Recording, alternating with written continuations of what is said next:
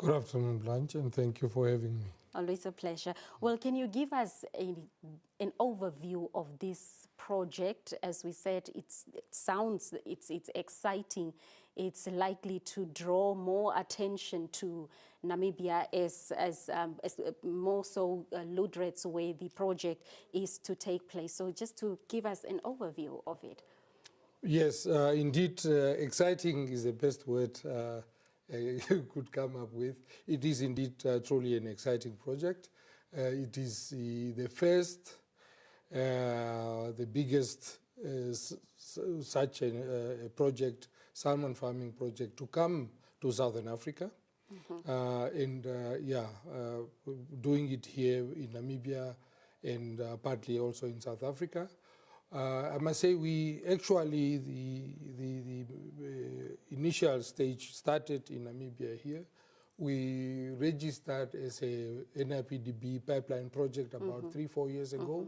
And I must really commend them for all the assistance we got from them in mentoring and just going through the bureaucratic red tape and so on. And that eventually we got here. But as I said, it is likely to become not only the first but the biggest salmon farm in Africa, in Africa in general, but specifically in Southern Africa.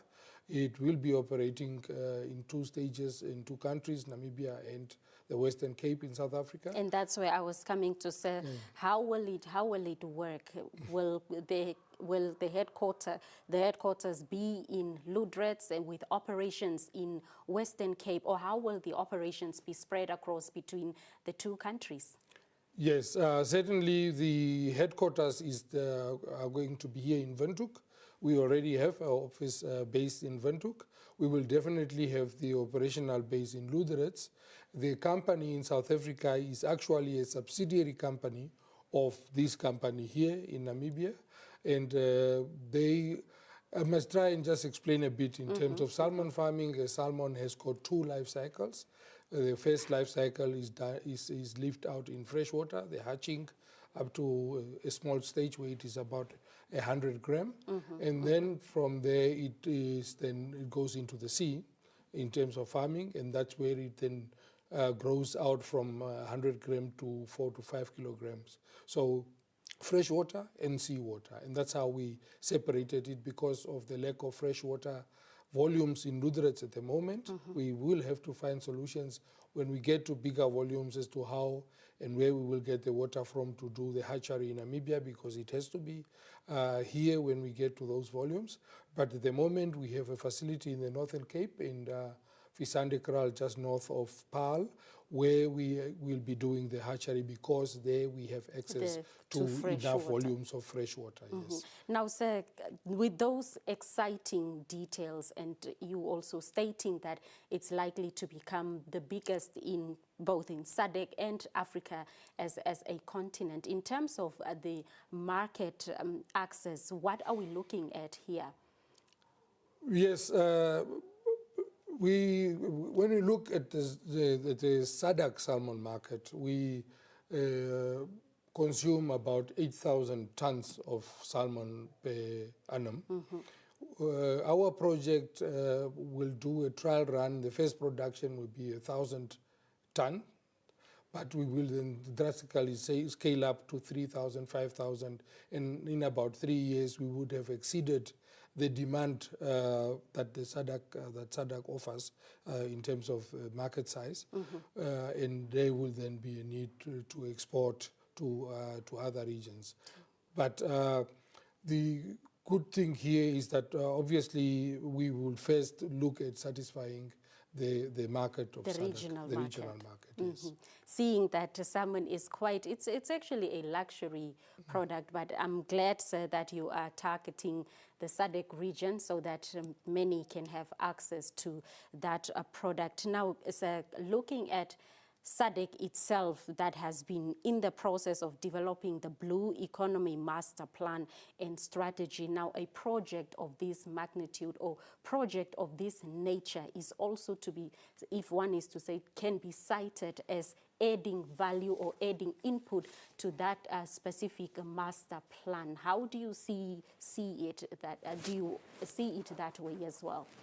Yes, definitely. The AEC is aligned towards the same strategic goals as that of the SADC Blue Economic Master Plan and objectives.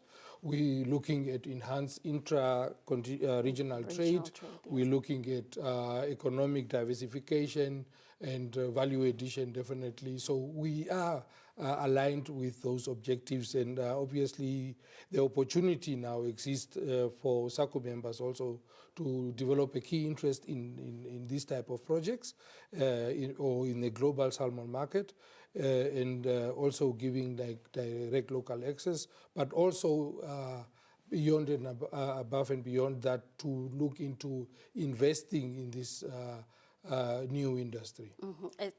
Recently, the SADC leaders during the summit flagged what you just spoke about in terms of intra-regional trade. The latest statistics from the SADC Secretariat stating that it's just a mere 20% as opposed to the target of 30% in that SADC member states are eager to trade more with countries from other regional blocs as opposed to within the region, and with you mentioning that your target is to satisfy the market within SADC region. Which countries are you looking at apart from Namibia and South Africa for this particular project, which is the salmon farming? Okay. Excuse me.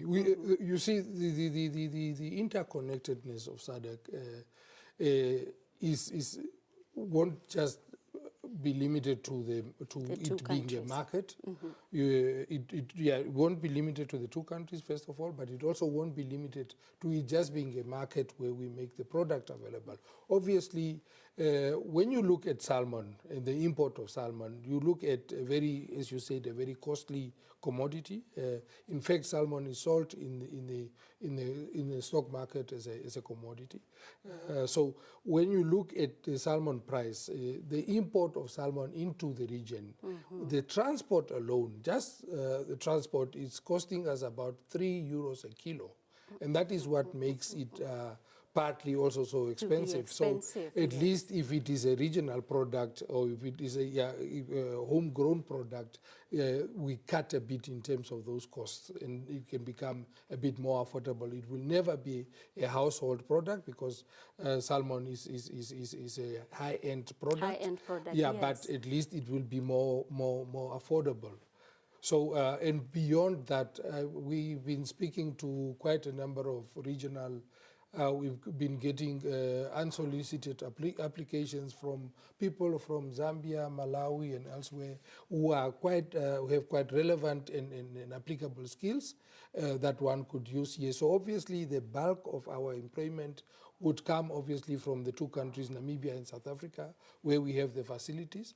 But because this is a very scarce skill, we will definitely be drawing from outside, but at the same time to ensure skills transfer. Exactly. All right, then thank you so much, Mr. Kaukuetu, for coming in just to expand on this exciting project. I too am looking forward to it. Thank you so much for having me once again. You're welcome, sir.